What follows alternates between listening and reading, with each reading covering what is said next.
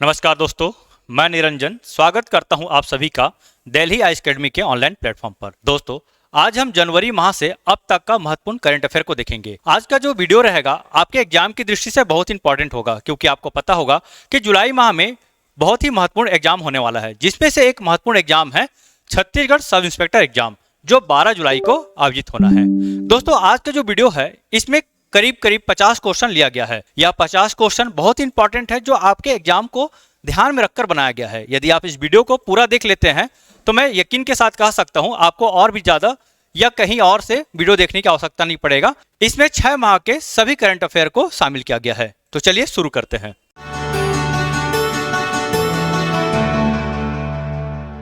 चलिए, तो आज का पहला क्वेश्चन को हम देखते हैं। क्वेश्चन है, हाल ही में केंद्र सरकार द्वारा निम्नलिखित में से किसे संगीत नाटक अकादमी फेलोशिप पुरस्कार से सम्मानित किया गया है?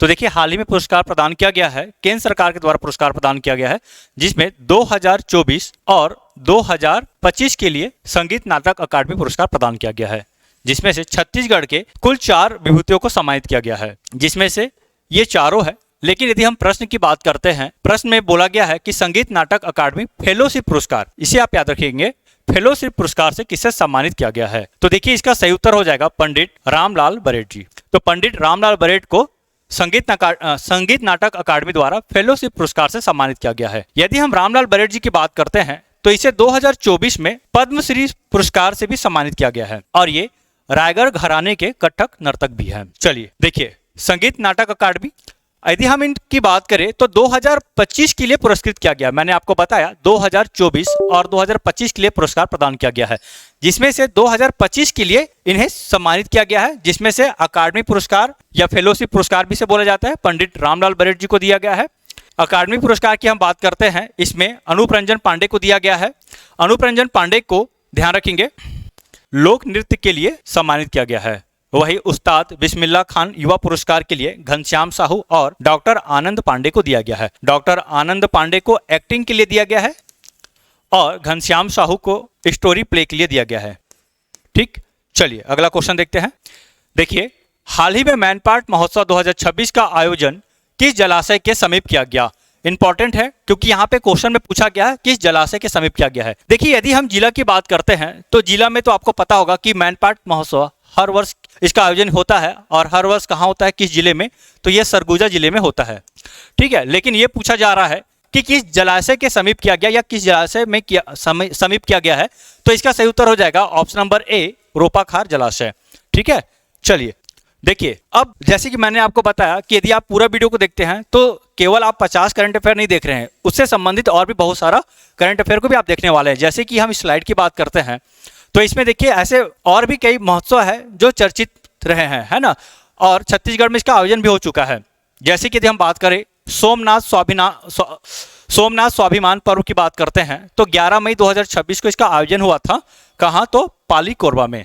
देखिए, डेट आपके लिए इंपॉर्टेंट उतना नहीं है, लेकिन कहाँ इसका आयोजन हुआ ये इंपॉर्टेंट है। सरहुल महोत्सव की यदि हम बात करते हैं तो सरहुल महोत्सव ये जसपुर जिला में हुआ है, दीपू बगीचा में। वही माता कौशल्या महोत्सव की बात करें तो चंद्रखुरी रायपुर में हुआ है। कुदरगढ़ महोत्सव की हम बात करें तो ये कुदरगढ़ सूरजपुर में हुआ है। भोरमदेव महोत्सव की यदि हम बात करते हैं तो भोरमदेव महोत्सव ये ग्राम छपरी कवर्धा में हुआ है। मैनपाट महोत्सव मैंने अभी आपको बताया, ये मैनपाट में हुआ है। कहाँ? तो रोपाखार जलाशय के समीप हुआ है। चित्रकोट महोत्सव की यदि हम बात करें तो ये चित्रकोट बस्तर में हुआ है। वही राजिम कुंभकल्प महोत्सव की बात करते हैं तो ये राजिम गरियाबंद में हुआ है। अरपा महोत्सव की हम बात करें तो अरपा महोत्सव गौरेला पेंड्रा मरवाही में हुआ है। अमृतधारा महोत्सव की हम बात करें तो ये मनेन्द्रगढ़ चिमरी भरतपुर जिले में हुआ है। वही जाजलदेव लोक महोत्सव ये जांजगीर चांपा जिले में, बहुरूपिया महोत्सव मनेन्द्रगढ़ में। मिलेट्स महोत्सव की याद रखिएगा, धमतरी में हुआ है। और राष्ट्रीय रोवर रेंजर जम्बूरी ये ग्राम दुधली बालोद में हुआ है। ये इंपॉर्टेंट हो सकता है क्योंकि पहली बार हुआ है, ये राष्ट्रीय स्तर का आयोजन है जो पहली बार छत्तीसगढ़ में आयोजन हुआ है। अब पहला क्रम का भी है ये, कहाँ हुआ? तो बालोद दुधली में।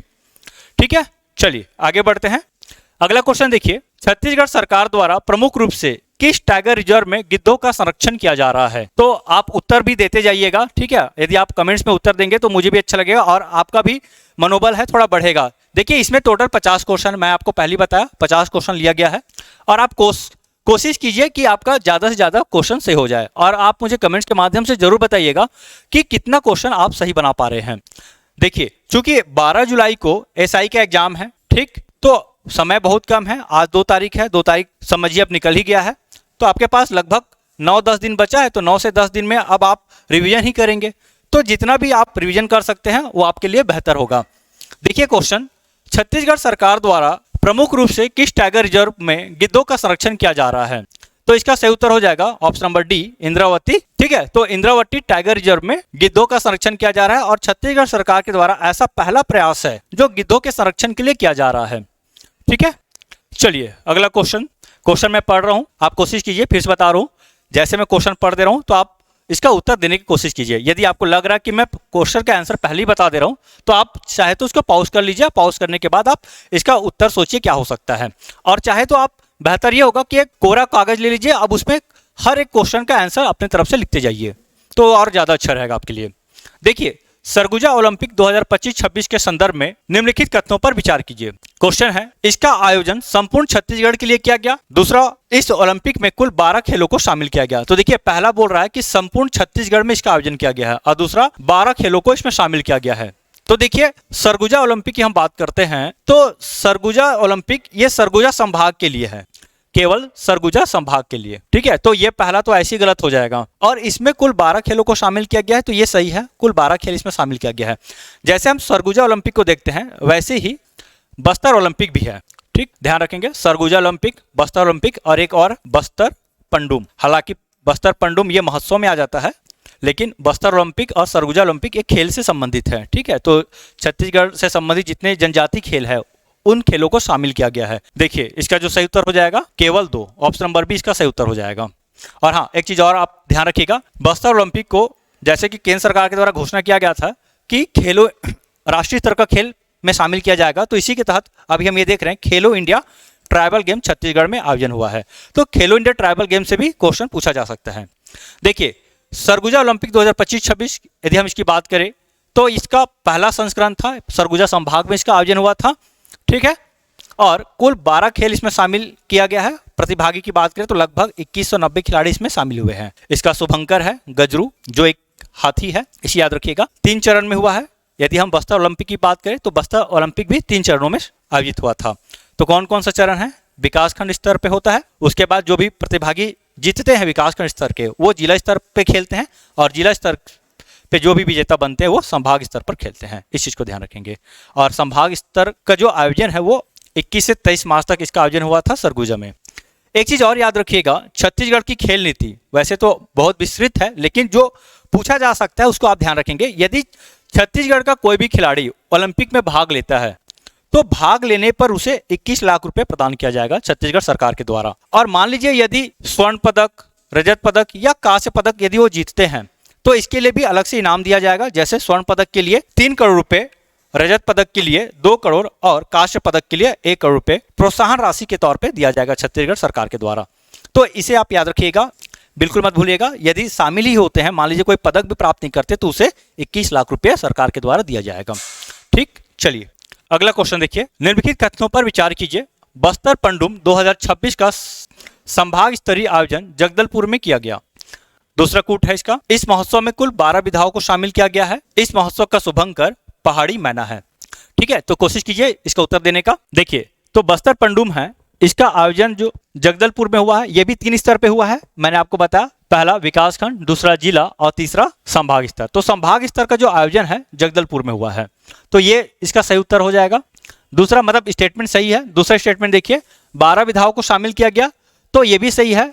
और यदि हम शुभंकर की बात करते हैं तो ये स्टेटमेंट गलत हो जाएगा। यदि हम पहाड़ी मैना की बात करें तो पहाड़ी मैना ये बस्तर ओलंपिक के शुभंकर है। ठीक है, पहाड़ी मैना और साथ ही साथ वन भैंसा। ठीक, तो इस तरह से इसका उत्तर हो जाएगा 1 और 2, ऑप्शन नंबर सी इसका सही उत्तर हो जाएगा। चलिए अगला क्वेश्चन। निम्नलिखित कथनों पर विचार कीजिए। हाल ही में राज्यपाल द्वारा श्री अमिताभ जैन को छत्तीसगढ़ राज्य मुख्य सूचना आयुक्त के पद की शपथ दिलाई है। दूसरा स्टेटमेंट है, राज्य सूचना आयुक्त के पद पर नरेंद्र कुमार शुक्ल और आलोक चंद्रवंशी भी शपथ ग्रहण किए हैं। तो देखिए, हाल ही में अमिताभ जैन को छत्तीसगढ़ राज्य मुख्य सूचना आयुक्त के पद पर राज्यपाल के द्वारा शपथ दिलाया गया, ये सही है। लेकिन इसके साथ ही साथ जो अन्य सूचना आयुक्त है उसका भी शपथ दिलाया गया था, लेकिन नरेंद्र कुमार शुक्ल और आलोक चंद्रवंशी ये चूंकि पुराने हैं तो इनका नहीं हुआ था शपथ। अमिताभ जैन के साथ 2 अन्य सदस्य का हुआ था। तो इस तरह से इसका जो सही उत्तर हो जाएगा केवल 1। स्टेटमेंट 2 गलत है, स्टेटमेंट 1 सही है। देखिए अमिताभ जैन और इसके साथ ये मुख्य सूचना आयुक्त है।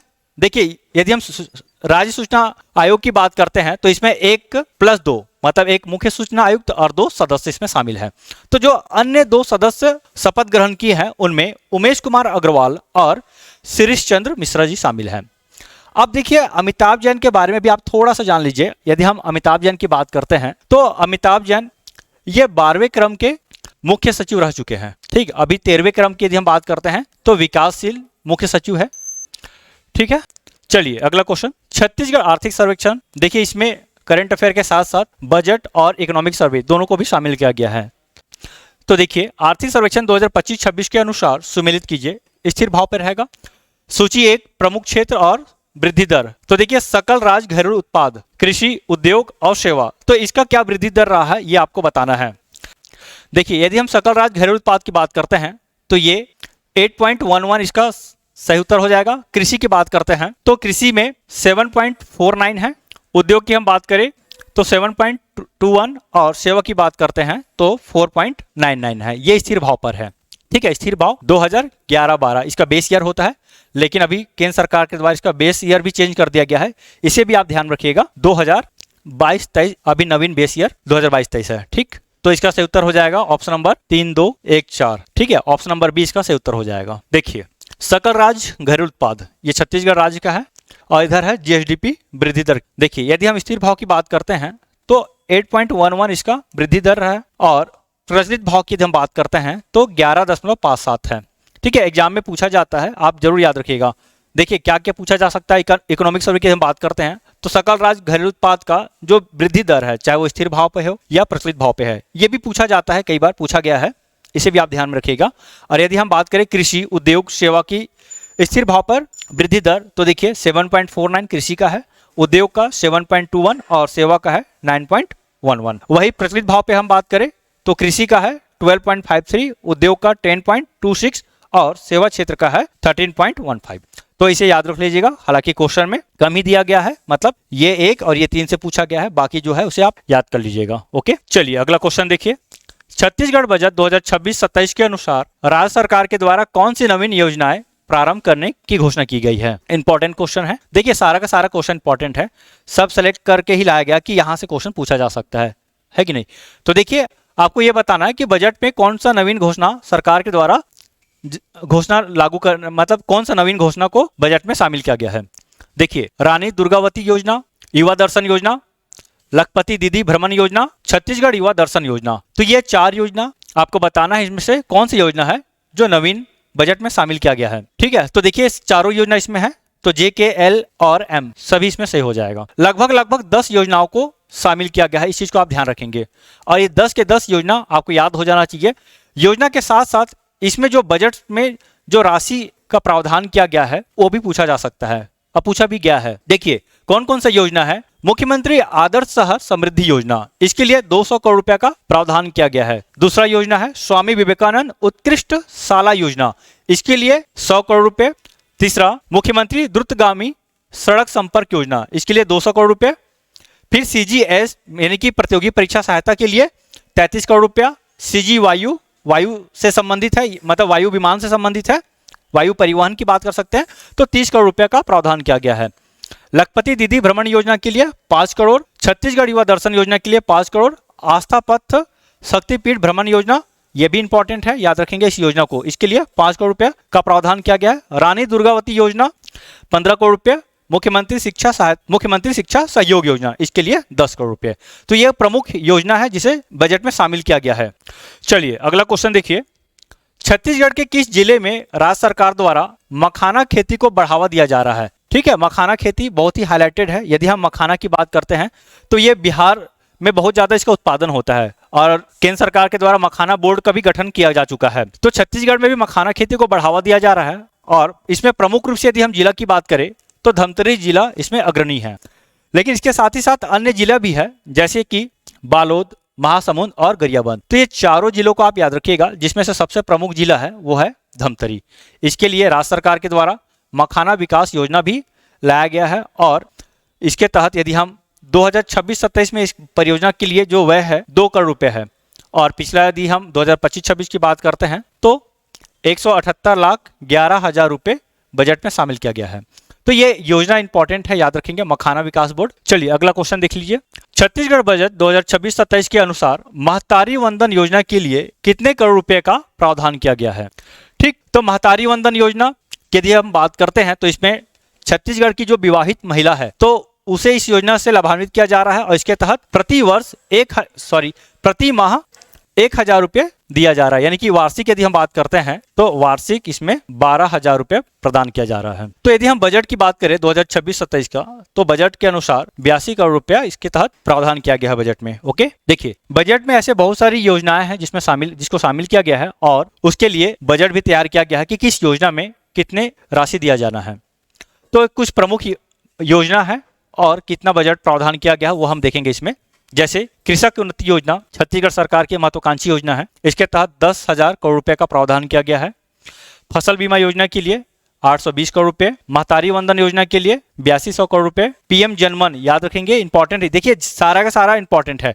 पीएम जनमन की यदि हम बात करते हैं तो 720 करोड़ रुपए। फिर 250 महतारी सदन निर्माण के लिए छत्तीसगढ़ सरकार के द्वारा 75 करोड़ रुपए का प्रावधान किया गया है। देखिए यदि हम महतारी सदन की बात करते हैं तो ये इंपॉर्टेंट है, आप मुझे कमेंट्स में उत्तर दीजिएगा कि अब तक छत्तीसगढ़ सरकार के द्वारा कितना महतारी सदन का निर्माण किया जा चुका है। अगला है धरती आबा जनजाति ग्राम उत्कर्ष अभियान 200 करोड़ रुपए। चरण पादुका योजना अभी हाल ही में छत्तीसगढ़ सरकार के द्वारा, अभी छत्तीसगढ़ में भाजपा सरकार है तो भाजपा सरकार के द्वारा इस योजना को पुनः प्रारंभ किया गया है। ठीक है, तो इस योजना के लिए 60 करोड़ रुपए का प्रावधान किया गया है। राज्य राजधानी क्षेत्र और मेट्रो रेल परियोजना के लिए 68 करोड़ रुपए। प्रधानमंत्री सूर्य घर योजना के लिए 400 करोड़ रुपए।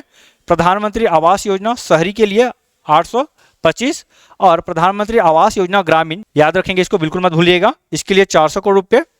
फिर दीनदयाल उपाध्याय भूमिहीन कृषि मजदूर कल्याण योजना के लिए 600 करोड़ रुपए, और विकसित भारत जी राम जी योजना इसके लिए 400 करोड़ रुपए का प्रावधान किया गया है।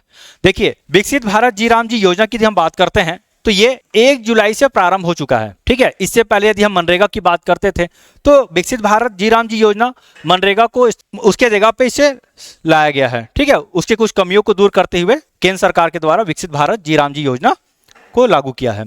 चलिए अगला क्वेश्चन, छत्तीसगढ़ सरकार द्वारा शक्तिपीठ कॉरिडोर योजना के तहत निम्नलिखित पर्यटन स्थलों को शामिल किया गया है। ठीक, अभी हमने बात किया, इसमें हमने ये भी देखा था कि बजट सरकार के द्वारा कितना इसके लिए प्रस्तावित किया गया है। देखिए कुल 5 मंदिरों को शामिल किया गया इसमें, और ये है दंतेश्वरी, महामाया मंदिर, कुदरगढ़ मंदिर, बमलेश्वरी मंदिर, चंद्रहासिनी मंदिर। ठीक है, तो ये शक्तिपीठ कॉरिडोर का निर्माण किया जाना है। इसका सही उत्तर हो जाएगा 1, 2, 3, 4 और 5। देखिए छत्तीसगढ़ शक्तिपीठ योजना छत्तीसगढ़ के धार्मिक स्थलों को पर्यटन के रूप में विकसित करना ये राज्य सरकार का योजना है। इसके तहत बजट की हम बात करें 2026-27 में 5 करोड़ रुपए का प्रावधान किया गया है, जो कुल 1000 किलोमीटर लंबाई को आपस में जोड़ेगा। मतलब यदि हम इन 5 मंदिरों की बात करें तो इस 5 मंदिरों के लिए जो कॉरिडोर का निर्माण किया जाना है वो लगभग 1000 किलोमीटर लंबाई में विस्तृत होगा। इसमें आपको ये ध्यान रखना है कि मंदिर और वो किस जिला में है। ठीक है, तो कुदरगढ़ी माता मंदिर सूरजपुर जिला में है, चंद्रहासिनी माता मंदिर शक्ति जिला में है, महामाया माता मंदिर बिलासपुर जिला में है रतनपुर में, बमलेश्वरी माता मंदिर राजनांदगांव, और दंतेश्वरी माता मंदिर ये दंतेवाड़ा में है। ठीक है, तो आपको ये याद होना चाहिए ये 5 कौन कौन से मंदिर है और ये कौन से जिले में है, ये याद होना चाहिए। साथ ही साथ बजट के लिए सरकार के द्वारा कितने करोड़ रुपए का प्रावधान किया गया है ये भी आपको याद होना चाहिए। चलिए अगला क्वेश्चन देखिए, छत्तीसगढ़ धर्म स्वातंत्र विधेयक 2026 के संदर्भ में सत्य कथन का चयन कीजिए। ये भी इंपॉर्टेंट है। ठीक है, छत्तीसगढ़ धर्म स्वातंत्र विधेयक छत्तीसगढ़ में जो अवैध धर्मांतरण हो रहा है उसे रोकने के लिए छत्तीसगढ़ सरकार के द्वारा इस विधेयक को लाया गया है। देखिए पहला स्टेटमेंट, इस विधेयक का उद्देश्य अवैध धर्मांतरण को रोकना है, तो सही है ये। दूसरा स्टेटमेंट देखिए, इस विधेयक के तहत सामूहिक धर्मांतरण पर 25 लाख रुपए का न्यूनतम अर्थदंड का प्रावधान किया गया है। तीसरा स्टेटमेंट है, इस विधेयक के तहत यदि मानव तस्करी भय बल द्वारा धर्मांतरण किया जाता है तो आरोपी को 10 से 20 वर्ष तक का कारावास का सजा दिया जाएगा। तो इस तरह से यदि हम बात करें इस विधेयक का तो अवैध धर्मांतरण को रोकने के लिए ही लाया गया है, और इसके तहत जो भी है अलग अलग श्रेणी में जुर्माना और दंड का प्रावधान किया गया है। जैसे सामूहिक धर्मांतरण पर 25 लाख रुपए है, यदि मानव तस्करी भय बल के द्वारा किया जा रहा धर्मांतरण तो 10 से 20 साल तक का कारावास का सजा दिया जाएगा। तो इस तरह से तीनों स्टेटमेंट यहाँ पे सही है। ऑप्शन नंबर डी इसका सही उत्तर हो जाएगा। ठीक, चलिए देखिए, छत्तीसगढ़ धर्म स्वातंत्र विधेयक 2026 विधानसभा के द्वारा 19 मार्च 2026 को पारित किया गया। इसके प्रस्तुतकर्ता हैं उप मुख्यमंत्री श्री विजय शर्मा। इसका उद्देश्य राज्य में धर्मांतरण से संबंधित गतिविधियों को सुव्यवस्थित करना और नागरिकों की धार्मिक स्वतंत्रता की रक्षा सुनिश्चित करना है। देखिए, अपराध की श्रेणी कुल 5 श्रेणी में इसे विभाजित किया गया है। पहला जो श्रेणी है, सामान्य अवैध धर्मांतरण, दबाव, लालच या डिजिटल माध्यम से यदि धर्मांतरण किया जा रहा है तो ऐसे में 7 से 10 वर्ष तक कारावास और 5 लाख रुपए तक का जुर्माना का प्रावधान है। वही विशेष श्रेणी में देखिएगा, यदि महिलाओं को, नाबालिग को, ST, SC, दिव्यांग, विकृत ऐसे व्यक्तियों को अवैध रूप से धर्मांतरित किया जा रहा है तो 10 से 20 वर्ष तक का कारावास है और 10 लाख रुपए तक का अर्थदंड है। सामूहिक धर्मांतरण पर देखिएगा 10 वर्ष से आजीवन तक का कारावास है, 25 लाख रुपए इसमें जुर्माना है। विदेशी फंडिंग के द्वारा हो रहा है, यदि धर्मांतरण हेतु विदेशी फंडिंग हो रहा है, आर्थिक लाभ दिया जा रहा है तो ऐसे सिचुएशन में 10 से 20 वर्ष तक का कारावास है और 20 लाख रुपए का अर्थदंड है। मानव तस्करी, भय, बल द्वारा धर्मांतरण किया जा रहा है तो 10 से 20 वर्ष तक और 30 लाख रुपए का जुर्माना है। तो देखिए, जुर्माना सबसे अधिकतम किस में है? यदि मानव तस्करी, भय, बल द्वारा हो रहा है तो ऐसे में सबसे ज्यादा देखिए जुर्माना है।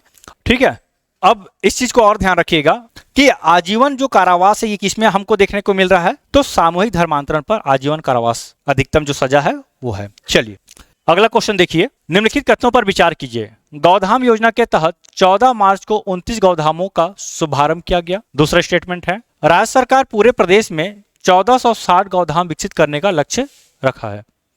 ठीक, चलिए इसका भी उत्तर दे दीजिए। देखिए, गौधाम योजना बहुत ही इंपॉर्टेंट है। यदि हम पिछले सरकार की बात करते हैं तो उस समय गौठान योजना हम देखते थे, नरवा, गरवा, घुरवा और बारी।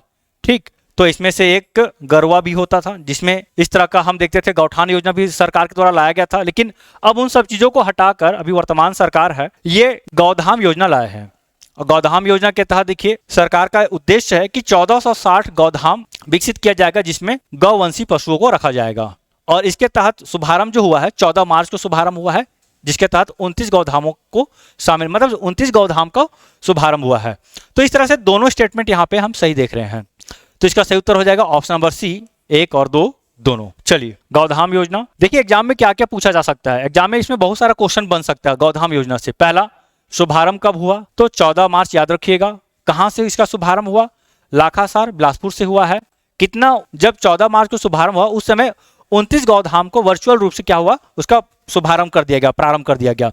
ठीक, और ये जो 29 गौधाम है ये कुल 11 जिलों में शामिल थे, मतलब 11 जिलों में थे। फिर प्रस्तावित 1460 गौधाम है। क्वेश्चन पूछा जा सकता है कि कितना लक्ष्य रखा गया है, तो 1460 याद रखिएगा। 146 विकास खंड है और 146 विकास खंड मतलब प्रत्येक विकास खंड में 10-10 गौधाम संचालित किया जाएगा।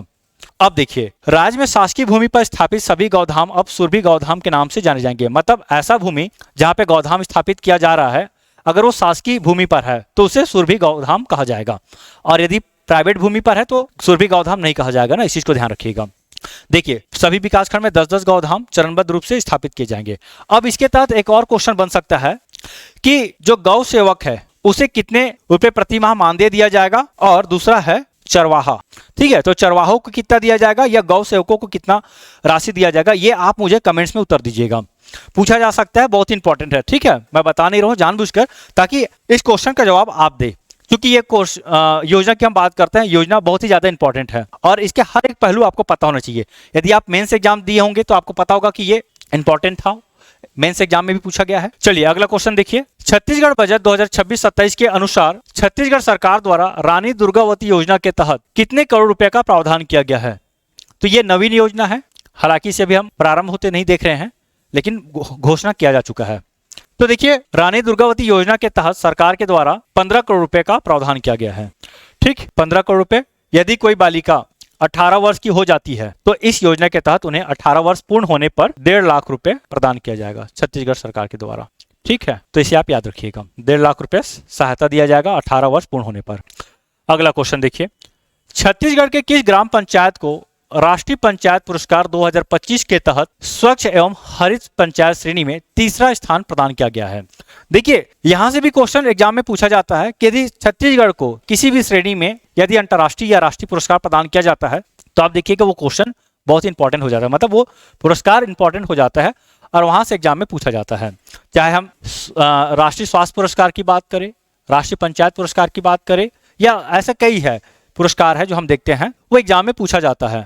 तो देखिए इसका जो सही उत्तर हो जाएगा राष्ट्रीय पंचायत पुरस्कार, याद रखेंगे। ठीक है, पहले तो आप नाम याद रखिएगा, राष्ट्रीय पंचायत पुरस्कार।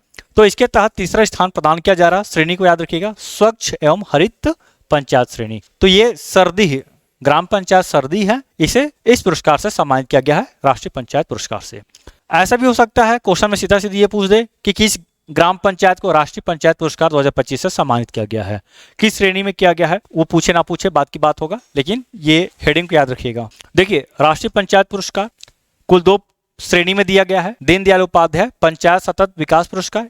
यदि हम सरदीह की बात करते हैं, ग्राम पंचायत सरदीह का, तो ग्राम पंचायत सरदीह को इस श्रेणी के तहत पुरस्कार प्रदान किया गया है। मतलब ग्राम पंचायत पुरस्कार को 2 भागों में बांटा गया है, पहला दीनदयाल उपाध्याय पंचायत सतत विकास पुरस्कार और दूसरा है नानाजी देशमुख सर्वोत्तम पंचायत सतत विकास पुरस्कार।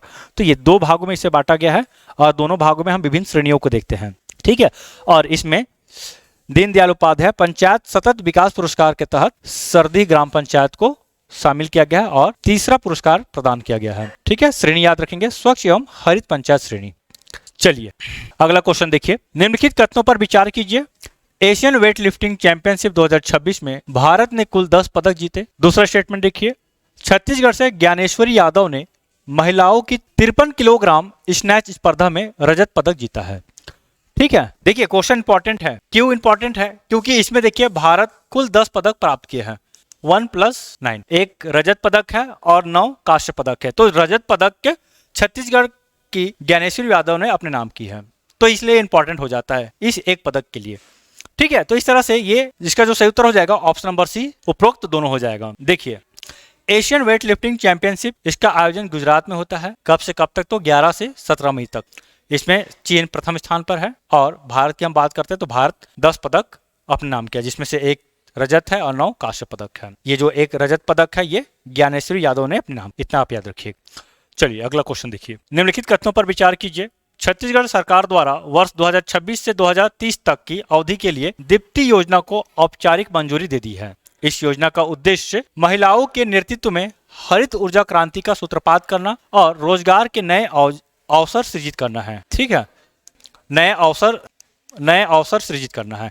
इस योजना के तहत ग्राम स्तर पर सोलर दीदी का एक समर्पित कायदा तैयार किया जाएगा। ठीक, देखिए दीप्ति योजना इंपॉर्टेंट है, याद रखेंगे। ये सौर ऊर्जा से संबंधित है। छत्तीसगढ़ में सौर ऊर्जा को बढ़ावा देने के लिए छत्तीसगढ़ सरकार के द्वारा दीप्ति योजना प्रारंभ किया जा रहा है। इस योजना के तहत महिलाओं की भूमिका को बहुत ही ज्यादा मतलब जोर दिया गया है। इसी के तहत सोलर दीदी नाम से एक कैडर भी तैयार किया जाएगा जो सौर ऊर्जा से संबंधित मुख्य कार्य को करेगी या देखरेख करेगी। ठीक है, देखिए अब हम स्टेटमेंट की बात करते हैं तो छत्तीसगढ़ सरकार के द्वारा दीप्ति योजना का औपचारिक मंजूरी दे दी है, ये तो सही है, लेकिन ध्यान रखिएगा अवधि को याद रखिएगा 2026 से 2031। ठीक है, 5 साल के लिए है। ठीक, तो इस तरह से ये पहला स्टेटमेंट गलत हो जाएगा। इसका उद्देश्य महिलाओं के नेतृत्व में हरित ऊर्जा क्रांति के सूत्रपात करना है और रोजगार के नए अवसर सृजित करना है, सही है। और सोलर दीदी का एक समर्पित कैडर तैयार किया जाएगा, ये भी सही है। ठीक है, तो इसका सही उत्तर हो जाएगा ऑप्शन नंबर 2 और 3, यानी कि सी सही उत्तर होगा। देखिए दीप्ति योजना 2026 से 2031 तक ये चलने वाला है। इसका विशेष की हम बात करते हैं, महिलाएं अब सोलर सिस्टम चलाएगी और आत्मनिर्भर बनेगी।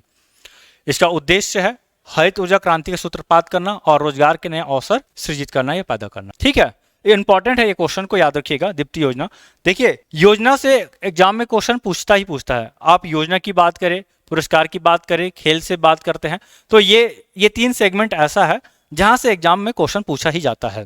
तो योजना की हम बात करते हैं तो आप पुराना योजना को भी ध्यान रख लीजिएगा और अभी जो नई योजना है उसे भी आप याद रखिए। खासतौर पे आप इतना याद रखिए कि बजट में कितने सारी योजना को रखा गया है। जो प्रमुख योजना है जो बजट में है उसको आप याद रख लीजिए, कितने उसका बजट प्रावधान कितना है, कितना करोड़ रुपए का बजट उसके लिए रखा गया उस योजना के लिए, उसको आप याद रख लीजिए। उस योजना को प्रारंभ कब किया गया और उसका क्या उद्देश्य है, इतना आप याद रख लेंगे तो योजना आपका लगभग कंप्लीट हो जाएगा। देखिए अगला क्वेश्चन देखिए, हाल ही में जांजगीर चांपा जिले की पर्वतारोही अमिता श्रीवास ने विश्व की सबसे ऊंची चोटी माउंट एवरेस्ट को फतह किया। दूसरा स्टेटमेंट देखिए, छत्तीसगढ़ से अब तक केवल 3 महिला पर्वतारोही ने माउंट एवरेस्ट को फतह किया है। तो देखिए माउंट एवरेस्ट, यदि हम अमिता श्रीवास की बात करते हैं, जांजगीर चांपा की रहने वाली है और हाल ही में माउंट एवरेस्ट इन्होंने फतह की। और ये छत्तीसगढ़ की हम बात करते हैं तो 3 हैं। कौन कौन है? तो एक तो ये अमिता श्रीवास है, नैना सिंह और यासी जैन। तो इस तरह से 3 महिला है छत्तीसगढ़ की जो माउंट एवरेस्ट फतह की है। तो इस तरह से दोनों स्टेटमेंट सही हो जाएगा।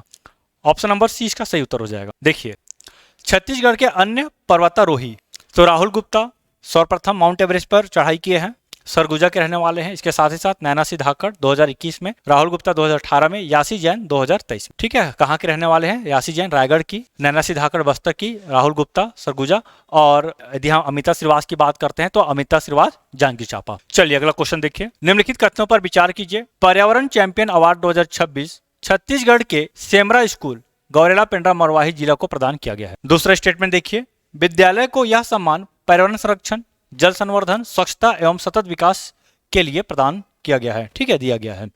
देखिए आप ये सोच रहे होंगे कि कूट में क्वेश्चन आ रहा है।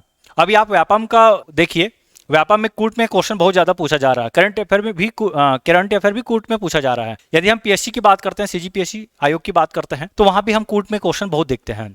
ठीक है, हालांकि अभी कोर्ट में क्वेश्चन अभी बहुत कम दिया जा रहा है। एक समय ऐसा था कोर्ट में बहुत ज्यादा क्वेश्चन हम देखते थे, लेकिन फिर भी से आप कूट में भी क्वेश्चन बनाने का आदत बनाइए, क्योंकि यहाँ से इस तरह का पैटर्न क्वेश्चन पूछा जा रहा है। ठीक है, पैटर्न में क्वेश्चन पूछा जा रहा है। तो देखिए इसका जो सही उत्तर हो जाएगा, तो याद रखिएगा पर्यावरण चैंपियन अवार्ड 2026 ये 5 जून को प्रदान किया गया है विश्व पर्यावरण दिवस के अवसर पर छत्तीसगढ़ के सेमरा स्कूल को। ये सेमरा स्कूल गौरेला पेंड्रा मरवाही जिला में है और ये इंपॉर्टेंट है क्योंकि ये राष्ट्रीय स्तर का पुरस्कार है। ठीक है, राष्ट्रीय स्तर का पुरस्कार छत्तीसगढ़ के लिए बहुत ही इंपॉर्टेंट रहता है। ठीक, किस लिए दिया गया है? तो पर्यावरण संरक्षण, जल संवर्धन, स्वच्छता एवं सतत विकास के लिए दिया गया है। तो इस तरह से दोनों ही ऑप्शन इसका सही हो जाएगा सही। चलिए अगला क्वेश्चन देखिए, निम्नलिखित कथनों पर विचार कीजिए। हाल ही में बीजापुर के उसूर विकासखंड को चैंपियंस ऑफ चेंज कार्यक्रम के तहत राष्ट्रीय स्तर पर दूसरा स्थान प्रदान किया गया है। ठीक है, बीजापुर के उसूर विकासखंड को। दूसरा स्टेटमेंट है, यह पुरस्कार केंद्र सरकार के पंचायती राज मंत्रालय द्वारा दिया जाता है। चलिए बनाने की कोशिश कीजिए। देखिए चैंपियंस ऑफ चेंज कार्यक्रम के तहत बीजापुर के उसूर विकासखंड को दूसरा स्थान दिया गया है, लेकिन यदि हम पुरस्कार की बात करते हैं तो पंचायती राज मंत्रालय के द्वारा नहीं, ये नीति आयोग के द्वारा प्रदान किया गया है। ठीक है, याद रखेंगे। नीति आयोग की हम बात करते हैं तो ये 2 श्रेणी में विकास का कार्य करता है। जैसे यदि हम बात करें तो आकांक्षी जिला और दूसरा होता है आकांक्षी विकासखंड। ठीक है, तो आकांक्षी जिला और आकांक्षी विकासखंड। अब आपको इतना पता करना है कि छत्तीसगढ़ में कितने आकांक्षी जिला है और कितने आकांक्षी विकासखंड है, ये दोनों को आप याद रख लीजिएगा। तो इसका सही उत्तर हो जाएगा ऑप्शन नंबर ए, केवल 1। देखिए कुछ अन्य पुरस्कार है जो अंतरराष्ट्रीय स्तर पे छत्तीसगढ़ को दिया गया है, जैसे कि प्रधानमंत्री ग्राम सड़क योजना के लिए दिया गया है, प्रधानमंत्री ग्रामीण आवास योजना के लिए, मनरेगा योजना के लिए, ग्रीन लीफ अवार्ड है ये। छत्तीसगढ़ को फसल बीमा क्षेत्र में भी पुरस्कार प्रदान किया गया है। तो देखिए अभी तक हम बहुत सारे पुरस्कार की बात कर रहे हैं, कुछ ऐसे पुरस्कार जो छूट ना जाए, तो इसके लिए मैं क्या किया हूँ, एक टेबल के माध्यम से सामने लेकर आया हूँ। ठीक है, तो देखिए ग्राम सड़क योजना की हम बात करते हैं, जो छत्तीसगढ़ को द्वितीय स्थान प्रदान किया गया है। किस लिए? तो ग्रामीण सड़कों के उत्कृष्ट रखरखाव और संधारण के लिए। ऐसे ही प्रधानमंत्री ग्रामीण आवास योजना की हम बात करते हैं तो इसमें भी देश भर में प्रथम स्थान प्रदान किया गया है। किस लिए प्रदान किया गया है? तो एक ही वित्तीय वर्ष में सर्वाधिक आवास निर्माण के लिए दिया गया है। वही मनरेगा योजना की हम बात करते हैं तो श्रमिकों की EKYC प्रक्रिया को पूर्ण करने के लिए देश भर में छत्तीसगढ़ को प्रथम स्थान दिया गया है। ग्रीन लीफ अवार्ड भी याद रख लीजिएगा, ग्रीन लीफ अवार्ड है ये सरना एथनिक रिसोर्ट को दिया गया है, ये जसपुर जिला में है। फसल बीमा क्षेत्र में दिया गया है, इसमें भी छत्तीसगढ़ को प्रथम पुरस्कार से सम्मानित किया गया है। उद्यानिकी एवं कृषि विभाग को संयुक्त रूप से, इसे आप याद रखेंगे, 2 विभाग है, उद्यानिकी और कृषि विभाग, दोनों को संयुक्त रूप से प्रधानमंत्री फसल बीमा योजना तथा पुनर्गठित मौसम आधारित फसल बीमा योजना के उत्कृष्ट क्रियान्वयन के लिए दिया गया है। ठीक है, तो ये कुछ प्रमुख पुरस्कार है, इसे आप याद रखिएगा। चलिए अगला क्वेश्चन, निम्नलिखित कथनों पर विचार कीजिए। देखिए मैं थोड़ा सा फास्ट भी बोल रहा हूँ और हो सकता है आपको शायद उतना फास्ट भी नहीं लग रहा होगा, लेकिन मैं अपने स्तर पे कोशिश कर रहा हूँ कि जल्दी से जल्दी कंटेंट डिलीवर कर सकूँ, क्योंकि पूरा 50 क्वेश्चन है और मैं ये चाहता हूँ कि कम से कम समय में आप तक पहुँच जाए, ताकि आप आराम से 40-50 मिनट में आप पूरा वीडियो को देख सकते हैं। ठीक है, यदि आपको स्लो भी लग रहा होगा तो आप वीडियो को फास्ट फॉरवर्ड मोड में भी देख सकते हैं, 1.52 के स्पीड में आप देख सकते हैं इसको। ठीक है, तो मैं तो ये कहूँगा कि आप वीडियो को एक बार देखिए। पहली बार जब आप देख रहे हैं वीडियो को तो आप कोशिश कीजिए कि आप कितना क्वेश्चन सही बना पा रहे हैं। स्लाइड में भी बहुत सारे डिटेल्स दिया गया है, आप उस डिटेल्स को पढ़िए। इसका स्लाइड का पीडीएफ भी आपको मिल जाएगा, आप टेलीग्राम चैनल को ज्वाइन कर लीजिएगा यदि आप नहीं किए होंगे तो, उसमें आपको इसका पीडीएफ भी मिल जाएगा। ठीक है, तो इस तरह से आप पीडीएफ को प्रिंट करा कर भी पढ़ सकते हैं, क्योंकि इसमें बहुत सारा फैक्ट्स दिया गया है। ठीक, और क्वेश्चन सारा का सारा क्वेश्चन उसी लेवल का है जैसा कि हम एग्जाम में देखते हैं। ठीक है, मैं सिंपल क्वेश्चन को बिल्कुल नहीं रखा हूँ, ऐसा क्वेश्चन को रखा हूँ जो थोड़ा सा ट्रिकी हो, जो लगे कि ये शायद बने कि नहीं बने, मतलब इजी क्वेश्चन को मैं साइड में रखकर ऐसा क्वेश्चन को रखा हूं जो ज्यादा इंपॉर्टेंट है। ठीक है, करंट अफेयर में तो ऐसे बहुत सारा क्वेश्चन पूछा जा सकता है, लेकिन यहाँ पे ऐसा क्वेश्चन को शामिल किया गया है जो आपके एग्जाम की दृष्टि से और आपके रिवीजन की दृष्टि से बहुत ही ज्यादा इंपॉर्टेंट है। देखिए क्वेश्चन, छत्तीसगढ़ होम स्टे नीति 2025-30 को छत्तीसगढ़ राज्य सरकार द्वारा मंजूरी दे दी गई है। ठीक है, सही है। इस नीति के तहत बस्तर और सरगुजा संभाग को शामिल किया गया है। छत्तीसगढ़ होम स्टे नीति ये लाया ही क्यों गया है, सबसे पहले तो आपको ये समझना है ना, क्यों लाया गया है, तो पर्यटन को बढ़ावा देने के लिए। ठीक है, कैसा पर्यटन, तो छत्तीसगढ़ के पर्यटन है, आप देख सकते हैं बस्तर संभाग, सरगुजा संभाग में ऐसे बहुत सारे स्थान हैं जहां पे पर्यटन की असीम संभावनाएं हैं। तो ऐसे स्थलों को पर्यटन के रूप में विकसित करने के लिए, सामुदायिक पर्यटन को बढ़ावा देने के लिए भी छत्तीसगढ़ होम स्टे नीति लाया गया है। ठीक, तो बस्तर और सरगुजा संभाग को शामिल किया गया है, तो मैंने आपको बताया ये भी सही है, स्टेटमेंट 2 भी सही है, और इस नीति का उद्देश्य ग्रामीण और आदिवासी पर्यटन को बढ़ावा देना है, तो सही है। होम स्टे नीति की हम बात करते हैं तो इसमें क्या होता है, जो ग्रामीण अंचल में जो घर है उस घर को ही पर्यटन स्थल के रूप में, मतलब उस घर में जो पर्यटक आएंगे वहां स्टे करेंगे तो ग्रामीण परिवेश को भी वो समझ सकेंगे, तो इसलिए होम स्टे नीति लाया गया है। ठीक है, मतलब अब वो लग्जरियस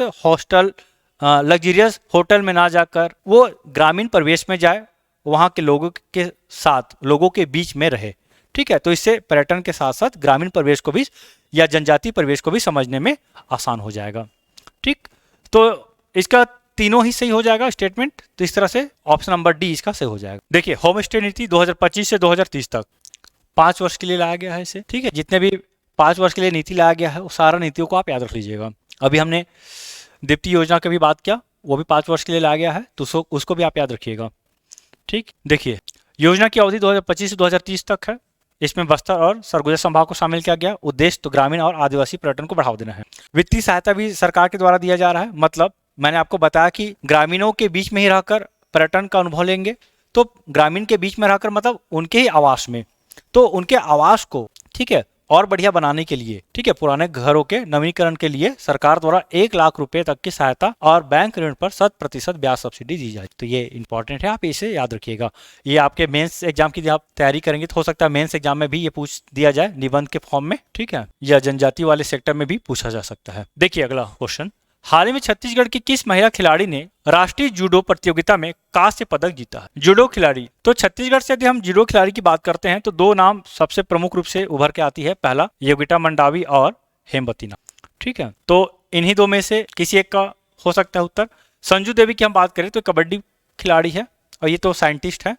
तो योगिता मंडावी, हेमवती नाग। तो यदि हम बात करते हैं प्रश्न के अनुसार, कांस्य पदक जो राष्ट्रीय जूडो प्रतियोगिता में जीती है वो है हेमवती नाग। हेमवती नाग को 2024 में प्रधानमंत्री राष्ट्रीय बाल पुरस्कार से सम्मानित किया जा चुका है और 2025 में योगिता मंडावी को प्रधानमंत्री राष्ट्रीय बाल पुरस्कार से सम्मानित किया जा चुका है। तो दोनों इंपॉर्टेंट है और दोनों के दोनों कोंडागांव के रहने वाली है। ठीक, देखिए राज्य शासन के महिला एवं बाल विकास विभाग तथा छत्तीसगढ़ राज्य बाल कल्याण परिषद द्वारा कोंडागांव में संचालित बालिका गृह की, ठीक है, तो ये कहाँ मतलब मुख्य अभी स्थान की बात करते हैं तो बालिका गृह में ये रहती है और यहीं से एक खेल भी सीखती है।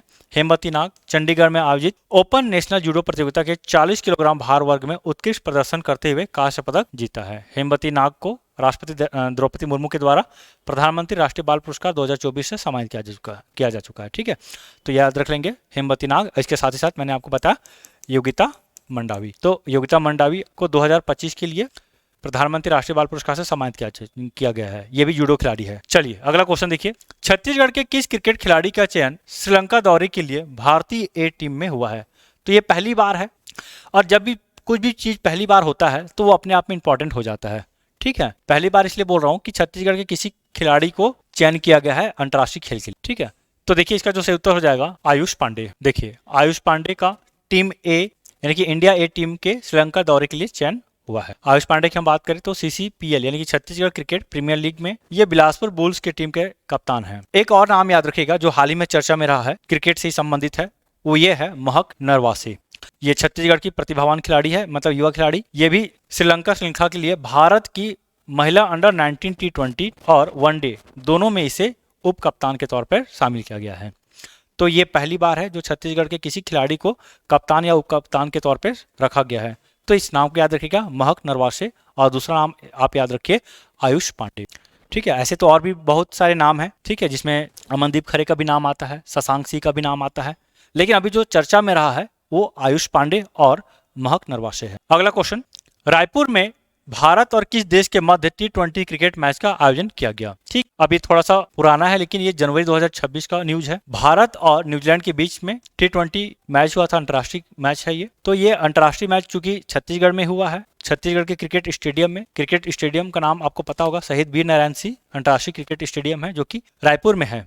देखिए, तो आप याद ध्यान रखिएगा। और आईपीएल की बात करें, अभी हाल ही में आईपीएल का आयोजन हुआ है।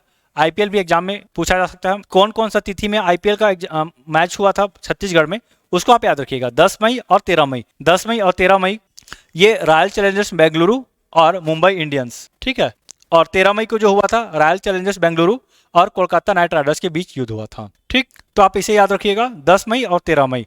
आरसीबी और मुंबई इंडियंस 10 मई को हुआ था, आरसीबी और कोलकाता नाइट राइडर्स ये 13 मई को हुआ था। आईपीएल की यदि हम बात करें तो यदि रॉयल चैलेंजर्स बेंगलुरु की बात करते हैं तो ये विजेता भी है। ठीक, आगे हम देखेंगे इसके बारे में और डिटेल्स। देखिए, छत्तीसगढ़ में अंतर्राष्ट्रीय क्रिकेट की बात करें तो 3 दिसंबर 2025 को भी आयोजन हुआ था, भारत और दक्षिण अफ्रीका के मध्य हुआ था। और ये आगामी जो मैच होना है इसे याद रखिएगा, ये आने वाले समय में होगा। ठीक, इसलिए ये और भी ज्यादा इंपॉर्टेंट है। 16, 18 और 20 अक्टूबर 2026। देखिए, अक्टूबर में 3 और मैच होना है छत्तीसगढ़ में ही, भारत और जिम्बाब्वे के बीच। ठीक है, ये सभी के सभी छत्तीसगढ़ के रायपुर क्रिकेट स्टेडियम में होना है। ठीक है, तो ये कौन सा मैच है? T20 मैच है। चलिए अगला क्वेश्चन देखिए, पंचायत उन्नति सूचकांक 2.0 के संदर्भ में निम्नलिखित कथनों पर विचार कीजिए। पंचायत उन्नति सूचकांक 2.0, देखिए पंचायत उन्नति सूचकांक 2.0 की बात करते हैं तो जो ग्राम पंचायत है उसको प्रोत्साहित करने के लिए, ताकि वो अपने स्तर पे अच्छा काम कर सके, ठीक है, तो प्रोत्साहन देने के लिए केंद्र सरकार के द्वारा पंचायत उन्नति सूचकांक को लाया गया है। ठीक है, इस रिपोर्ट को पंचायती राज मंत्रालय द्वारा जारी किया गया है। दूसरा स्टेटमेंट, इस रिपोर्ट के अनुसार राज्यों में केरल और त्रिपुरा ने सबसे अच्छा प्रदर्शन किया है। तीसरा स्टेटमेंट है, इस रिपोर्ट में छत्तीसगढ़ से झलमला ग्राम पंचायत बालोद विकासखंड को सर्वश्रेष्ठ प्रदर्शन करने वाला ग्राम पंचायतों में शामिल किया गया है। ठीक है, तो देखिए पंचायत उन्नति सूचकांक 2.0, तो पहला स्टेटमेंट तो आपको समझ में आ गया होगा, पंचायती राज मंत्रालय द्वारा जारी किया गया। ठीक है, संभावना है क्योंकि पंचायत से संबंधित है तो पंचायती राज मंत्रालय ही सामने आएगा, तो पहला स्टेटमेंट सही है। दूसरा, केरल और त्रिपुरा जो है ये राज्यों में सबसे अच्छा प्रदर्शन किया है। ठीक, ग्राम पंचायत की हम बात करते हैं तो ग्राम पंचायत में छत्तीसगढ़ से झलमला ग्राम पंचायत अच्छा प्रदर्शन किया। ठीक, तो झलमला ग्राम पंचायत को याद रखिएगा, कहाँ है? बालोद विकासखंड, बालोद जिला में है। तो इसका तीनों ही स्टेटमेंट सही हो जाएगा, ऑप्शन नंबर डी इसका सही उत्तर हो। चलिए अगला क्वेश्चन देखिए, खेलो इंडिया ट्राइबल गेम्स के संदर्भ में निम्नलिखित कथनों पर विचार कीजिए। ठीक है, तो खेलो इंडिया ट्राइबल गेम्स 2026 छत्तीसगढ़ में आयोजित हुआ है, या इसका पहला संस्करण है। ठीक है, इसका पहला संस्करण है।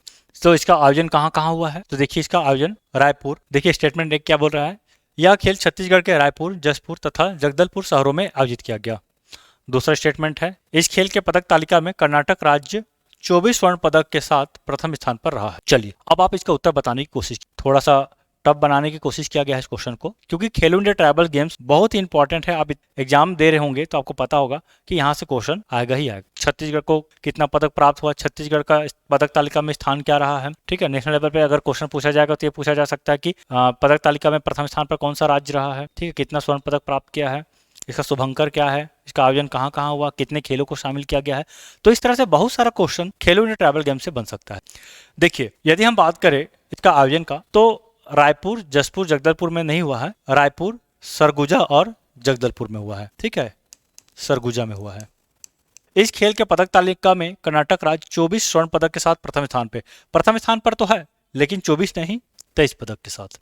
तो इस तरह से इसका पहला स्टेटमेंट भी गलत है और दूसरा स्टेटमेंट भी गलत है, इनमें से कोई नहीं इसका सही उत्तर हो जाएगा। ठीक, चलिए देखिए इसका आयोजन कब से कब तक हुआ है, तो 25 मार्च से 3 अप्रैल 2026 तक हुआ है। कहाँ? रायपुर, बस्तर और सरगुजा में। ठीक, शुभंकर, मोरवीर याद रखेंगे। शीर्ष स्थान कर्नाटक है, कुल 38 पदक के साथ शीर्ष स्थान पर है। 38 पदक की हम बात करते हैं तो स्वर्ण पदक जिसके पास ज्यादा होगा वो पदक तालिका में ऊपर होगा। तो 23 स्वर्ण पदक के साथ कर्नाटक प्रथम स्थान पर है। 8 रजत और 7 कांस्य पदक भी इन्होंने अपने नाम किया है। ठीक है, तो प्रथम स्थान पर कर्नाटक है, दूसरे स्थान पे यदि हम बात करते हैं तो ओडिशा है, और तीसरे स्थान की यदि हम बात करते हैं तो झारखंड है। छत्तीसगढ़ का स्थान 9वां है, 3 स्वर्ण, 10 रजत और 6 कांस्य पदक। तो इस तरह से छत्तीसगढ़ को 9वां स्थान प्रदान किया गया है। शामिल खेल कौन कौन से खेल शामिल किया गया है, तो देखिए तीरंदाजी, एथलेटिक्स, फुटबॉल, हॉकी, कुश्ती, तैराकी और भारोत्तोलन। तो कुल 7 खेलों को शामिल किया गया है। ये खेल ऐसे हैं जिसको पदक तालिका में शामिल किया गया है। लेकिन इसके साथ ही साथ 2 खेल ऐसे जिसे डेमो खेल कहा गया है। डेमो खेल का मतलब ये है प्रदर्शनी खेल है, इसके यदि इसमें कोई भी विजेता बनता है तो उसे पदक तालिका में शामिल नहीं किया जाएगा। ठीक है, तो कबड्डी और मलखम्ब ये 2 डेमो खेल है, प्रदर्शनी खेल है। तो कुल 7 खेल, मुख्य रूप से 7 खेल है। टोटल खेल की बात करते हैं तो 9 खेल है। यदि एग्जाम में क्वेश्चन पूछा जाता है तो कंफ्यूज मत होइएगा, बिल्कुल क्वेश्चन को अच्छे से समझिएगा कि डेमो खेल को भी शामिल किया जा रहा है कि नहीं किया जा रहा है। ठीक है, यदि प्रदर्शनी खेल की बात करेंगे तो 2 है और टोटल खेल की बात करते हैं तो 7 है। ठीक, चलिए अगला क्वेश्चन देखिए। निम्नलिखित कथनों पर विचार कीजिए। छत्तीसगढ़ में वित्तीय वर्ष 2025-26 में 16,625 करोड़ रुपए का खनिज राजस्व अर्जित किया गया। दूसरा स्टेटमेंट है, इस वित्तीय वर्ष खनिज राजस्व में 14% की वार्षिक वृद्धि दर्ज की गई है। और तीसरा स्टेटमेंट है, छत्तीसगढ़ टीन खनिज में एकमात्र उत्पादक राज्य है। तो ये तो आपको पता ही होगा, एकमात्र उत्पादक राज्य है टीन में। लेकिन आप मुझे कमेंट्स में उत्तर दीजिएगा कि छत्तीसगढ़ राज्य में टीन का भंडारण कितना है, ठीक, और कितना उत्पादन हुआ है। इन 2 का उत्तर आप मुझे कमेंट्स में दीजिए।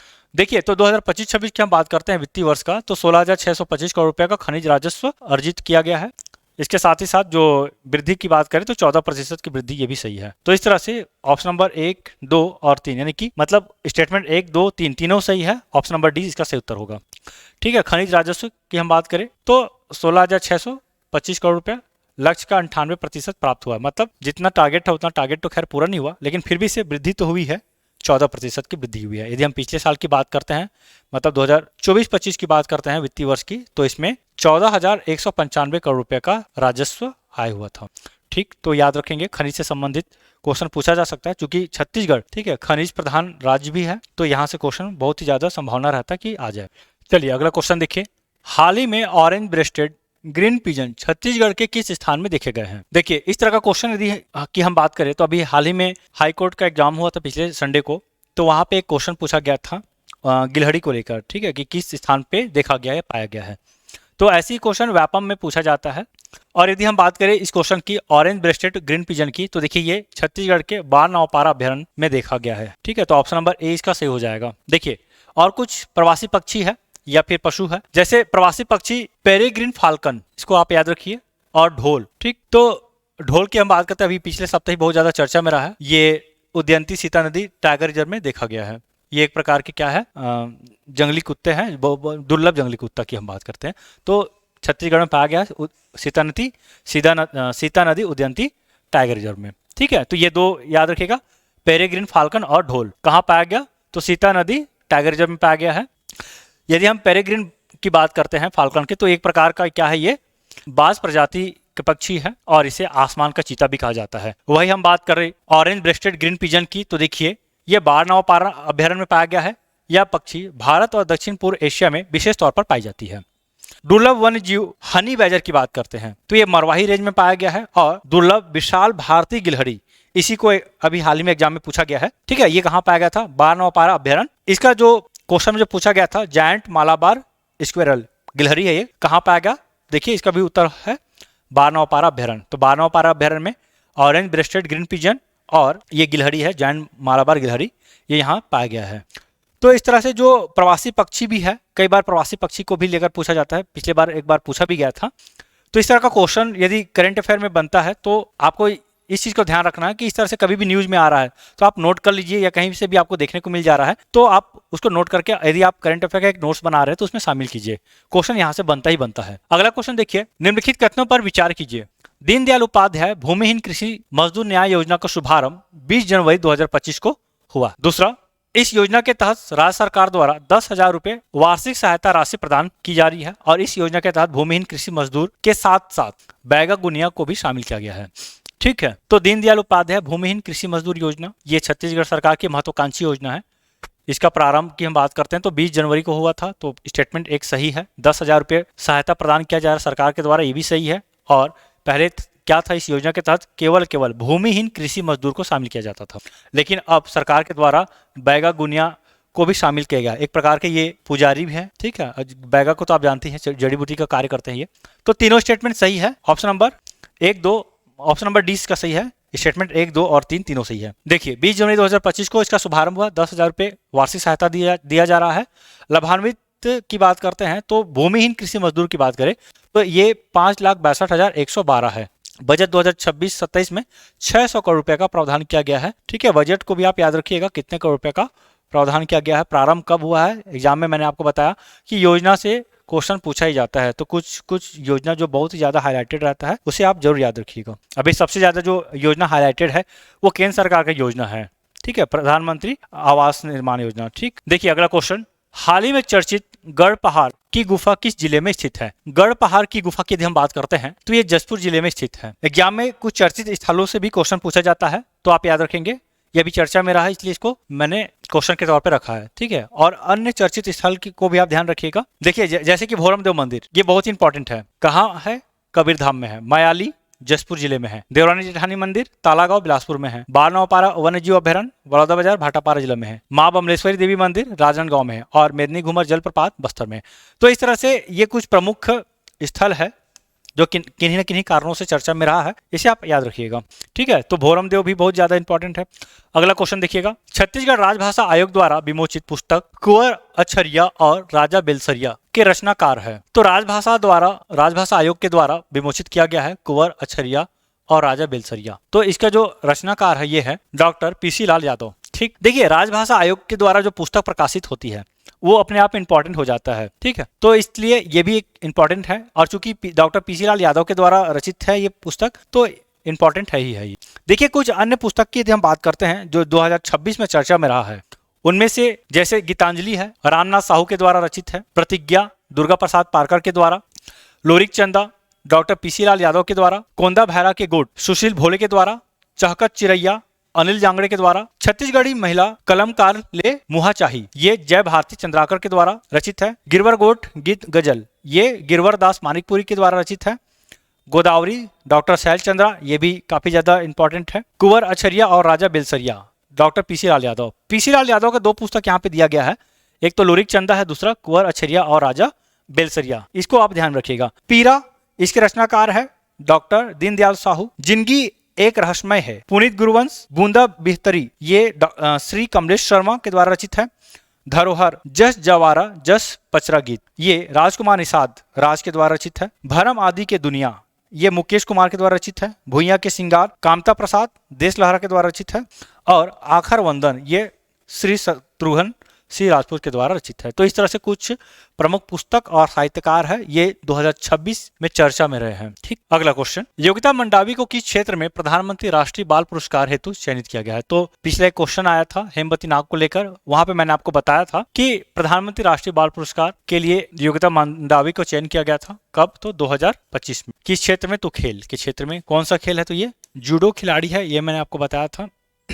चलिए अगला क्वेश्चन देखिए, राष्ट्रीय रोवर रेंजर जम्बोरी 2026 कहां आयोजित हुआ। तो राष्ट्रीय रोवर रेंजर जम्बोरी ये बालोद जिला में आयोजित हुआ है। ये पहला संस्करण है इसका, ठीक है, राष्ट्रीय स्तर का है। दुधली ग्राम है बालोद जिला, ठीक, संस्करण पहला है। कब इसका आयोजन हुआ? तो 9 जनवरी से 13 जनवरी 2026 तक हुआ है। देखिए ये है क्या, तो जितने भी स्काउट गाइड्स हैं उन सबका सम्मेलन हुआ था। अगला क्वेश्चन, वर्ष 2026 को छत्तीसगढ़ सरकार किस रूप में मना रही है। ठीक, इंपॉर्टेंट है, ठीक है। यदि आप यूएन की बात करते हैं, संयुक्त राष्ट्र की बात करते हैं, तो संयुक्त राष्ट्र प्रत्येक वर्ष को किसी न किसी रूप में मना रही है। तो इसी प्रकार छत्तीसगढ़ सरकार भी जब से छत्तीसगढ़ सरकार बनी है, अभी नवीन जो छत्तीसगढ़ सरकार बनी है वो प्रत्येक वर्ष को किसी न किसी रूप में मना रही है। जैसे 2026 की हम बात करते हैं तो ये महतारी गौरव वर्ष के रूप में मना रही है। पिछला वर्ष की हम बात करते हैं तो अटल निर्माण वर्ष, ठीक, और 2024 की बात करते हैं तो जन विश्वास और विकास का वर्ष के तौर पर मनाई है, ठीक है। उत्तर महतारी गौरव वर्ष 2026 याद रखिएगा, बहुत इंपॉर्टेंट है। चूंकि छत्तीसगढ़ सरकार 2026 को महतारी गौरव वर्ष के तौर पर मना रही है, तो इसलिए महिला से संबंधित जितने भी योजना है, जितने भी नीतियां है सरकार की, वो सारा इंपॉर्टेंट हो जाता है, ठीक है। तो सब चीजों को आप ध्यान में रख के चलिएगा। हाल ही में युवा रत्न सम्मान किसे मिला है। तो युवा रत्न सम्मान ये पहली बार छत्तीसगढ़ सरकार के द्वारा दिया गया है, ठीक है। 2025 में सरकार के द्वारा घोषणा भी किया गया था कि युवा रत्न सम्मान दिया जाएगा अलग अलग श्रेणियों में। तो इसी के तहत युवा रत्न सम्मान खेल की श्रेणी में किसे मिला है? तो देखिए आपको समझना होगा, संजू देवी, चूंकि नाम बहुत ज्यादा चर्चा में रहा है, संजू देवी कबड्डी खिलाड़ी है, ठीक। संजू देवी युवा रत्न सम्मान 2026 खेल के श्रेणी में इसे पुरस्कृत किया गया है। देखिए विभिन्न श्रेणी की हम बात करें, यहाँ पे कुल 9 श्रेणी में इस पुरस्कार से सम्मानित किया गया है। यदि हम संगठन की बात करते हैं तो युवा स्टार सेवा समिति खुरतुल्ली धमतरी को दिया गया है। युवा श्रेणी में पीयूष जायसवाल को दिया गया है। सामाजिक श्रेणी में शिल्पा साहू को दिया गया है। साहित्य की श्रेणी में अमित यादव को दिया गया है। नवाचार या उद्योग की हम बात करते हैं तो मृणाल विदानी को दिया गया है। शिक्षा के क्षेत्र में परिधि शर्मा को दिया गया है। खेल के क्षेत्र में संजू देवी को दिया गया है। कला एवं सांस्कृतिक श्रेणी में सचिन कुनहरे को दिया गया है और लोक कला की श्रेणी में ओजस्वी साहू को दिया गया है। ठीक, याद रखेंगे जिस प्रकार अलंकरण प्रदान किया जाता है छत्तीसगढ़ सरकार के द्वारा, उसी प्रकार युवाओं के लिए युवा रत्न सम्मान लाया गया है और विभिन्न श्रेणियों में युवाओं को सम्मानित किया जा रहा है। चलिए अगला क्वेश्चन, रायपुर के प्रथम पुलिस कमिश्नर कौन बने हैं? प्रथम पुलिस कमिश्नर, चूंकि प्रथम है और प्रथम है तो इंपॉर्टेंट है, तो देखिए इसका सही उत्तर हो जाएगा संजीव शुक्ला। देखिए पुलिस कमिश्नर छत्तीसगढ़ में रायपुर को पुलिस कमिश्नर के तौर पर रायपुर को गठित किया गया है और ये 23 जनवरी 2026 से लागू भी हो गया है। संजीव शुक्ला पहले पुलिस कमिश्नर है। नए प्रणाली के तहत जो रायपुर जिला है उसका पुनर्गठन किया गया है 2 पुलिस जिलों में, रायपुर शहरी और रायपुर ग्रामीण। तो जो रायपुर शहरी है इसी को पुलिस आयुक्त के द्वारा इसका संचालन किया जा रहा है। ठीक है, लॉ एंड ऑर्डर अब यहाँ पे पुलिस आयुक्त के द्वारा देखा जाएगा। इससे पहले क्या होता था, जो भी कार्य होता था, मान लीजिए लाठीचार्ज करना है या विभिन्न कुछ कार्य होता है तो उसके लिए वहां के डिस्ट्रिक्ट मजिस्ट्रेट से परमिशन लेना पड़ता था, लेकिन अब इस क्षेत्र में रायपुर शहर क्षेत्र में ऐसा परमिशन नहीं लिया जाएगा, पुलिस आयुक्त के हाथों में होगा। देखिए रायपुर शहरी क्षेत्र की पुलिसिंग की जिम्मेदारी अब पुलिस आयुक्त रायपुर शहरी के पास होगी, जो पुलिस महानिरीक्षक यानी कि आईजीपी रैंक का अधिकारी होगा। तो कौन है अभी फिलहाल में प्रथम पुलिस कमिश्नर? संजीव शुक्ला। इन्हें आप याद रखिएगा, इंपॉर्टेंट है। अगला क्वेश्चन देखिए, अनुचित साधनों की रोकथाम विधेयक 2026 में अधिकतम कितने वर्ष की सजा का प्रावधान किया गया है? चलिए तो देखिए इसका जो सही उत्तर हो जाएगा ऑप्शन नंबर सी 10 वर्ष। देखिए परीक्षा माफिया के विरुद्ध कड़े दंड का प्रावधान, पेपर लीक, नकल एवं तकनीकी धोखाधड़ी पर 30 से 10 वर्ष तक का कारावास और 10 लाख रुपए तक का जुर्माने का प्रावधान किया गया है। दोषी संस्था या गिरोह की हम बात करते हैं तो संपत्ति कुर्क किया जाएगा एवं जब्ती का प्रावधान भी है। संगठित अपराध की स्थिति में 1 करोड़ रुपए तक का जुर्माना है।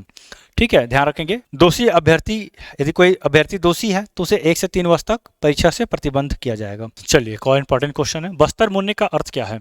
बस्तर मुन्ने जो कि बस्तर संभाग के लिए सरकार के द्वारा लाया गया है। ठीक है, बस्तर संभाग में जो विकास के कार्य होगा, जैसे पीएम जनमन देखते हैं वैसी बस्तर मुन्ने हैं, तो जो भी सरकारी योजनाएं हैं तो उस योजनाओं को वहां पे लागू किया जाएगा।